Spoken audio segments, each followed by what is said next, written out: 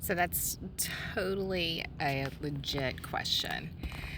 If it's sugar-free, what's the problem? So for me, I try my best to avoid artificial sweeteners. When I first had surgery, I would eat all the sugar-free popsicles, and at the time, there was really only Atkins bars available. I had gastric bypass 20 years ago, so it was Atkins products. There weren't a lot of alternatives out there. And also at one point, I was using 15 packets of Equal a day in coffee and in tea. So I had surgery in 2006, and around 2010, I was working in brain injury. And a study came across my desk saying that the blue sweetener is a neurotoxin. And I was like, oh my gosh, I'm consuming 15, 20 packets of this a day. And so I cold turkey.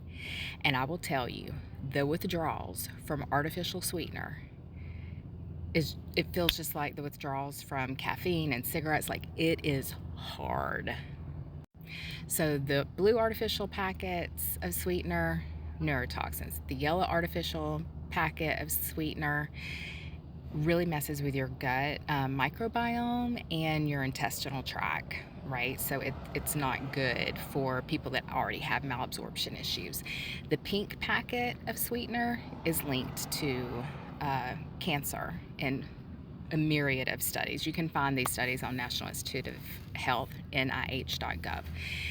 And then you have raw sugar, you have classic white sugar, which is processed. And then you have, the raw sugar, the sugar in the raw, I think it's called.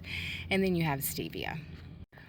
The artificial sweeteners are also highly linked to fatty liver. And I have seen this firsthand with my mom. One of her tests came back that she had fatty liver, and she was drinking Diet Mountain Dew every day. And I said, just take the Diet Mountain Dew out and see what happens. And the next time she went in for blood work, her liver was normal again.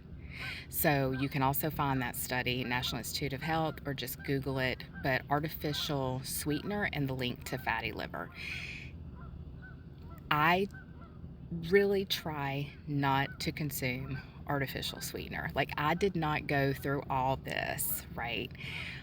Having my insides redone, all the plastic surgery, to still do things that harm me.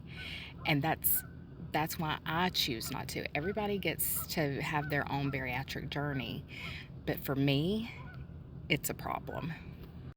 If this resonates, comment below.